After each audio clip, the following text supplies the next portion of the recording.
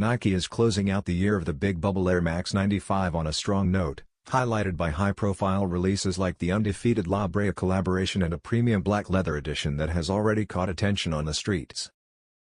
Alongside these adult drops, Nike has also delivered a standout kids-exclusive Air Max 95 that deserves the spotlight.